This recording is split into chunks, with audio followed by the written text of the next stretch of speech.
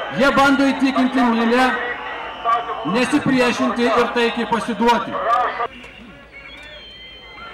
Šiuo metu saugumo tarnybos pareigūnai panaudoja specialiasias priemonės ir vandens patrankomis imituoja ašarinės dujas.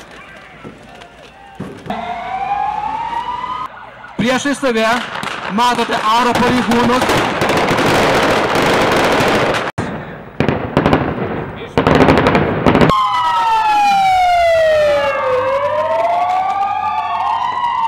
Ir klausiu, kaip vertinate tai, ką matėte, ar iš tikrųjų čia jau pasiruošę mes realiai situacijai?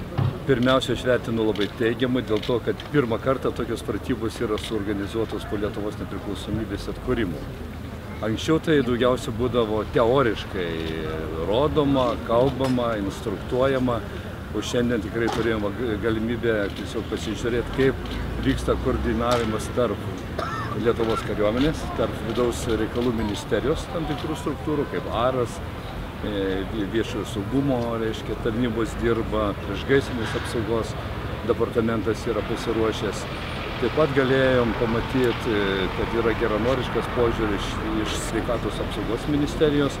Ir jeigu kalbėti apie visas operacijas, kurios yra organizuojamos ir Šalčionėliuose, Kaišiadoryse, Jonavoje ir Klaipėdos apskrityje, tai netgi dalyvauja 300 medikų. Ir netgi yra civilių žmonių, kurie irgi, pavyzdžiui, Kaišiadoryse yra irgi kaip dalyvaujantis, taip pat Lietuvos šauliai dalyvauja. Tai matom, kad šitos pratybos, kurios šiandien buvo čia demonstruojamos ir parodomos, svarbiausia, kad nebuvo iš ankstinio jokio paruošto scenarijaus. Tiesiog norėjusi pamatyti, kaip pačios tarnybos viduje yra pasiruošę. Tai irgi mane nuteikė labai pozityviai. Aš galvojau, kad buvo kažkokios repeticijos ar ten tiesiog mokymai, teorijų. Ne, bet tiesiog buvo iškeltas uždavinys, kaip šiandien Lietuvos tos pajėgos, visos greito reagavimo pajėgos yra fiziškai pasiruošę, teoriškai susipažinę su tų operacijų organizavimu ir manau, kad visa tai buvo atlikta labai puikiai. Tai aš tuo ir džiaugiuosi. Prisikabinti nebuvo prie ko? Aš aišku nesu profesionalas tos srities, bet man paliko labai gerą įspūdį.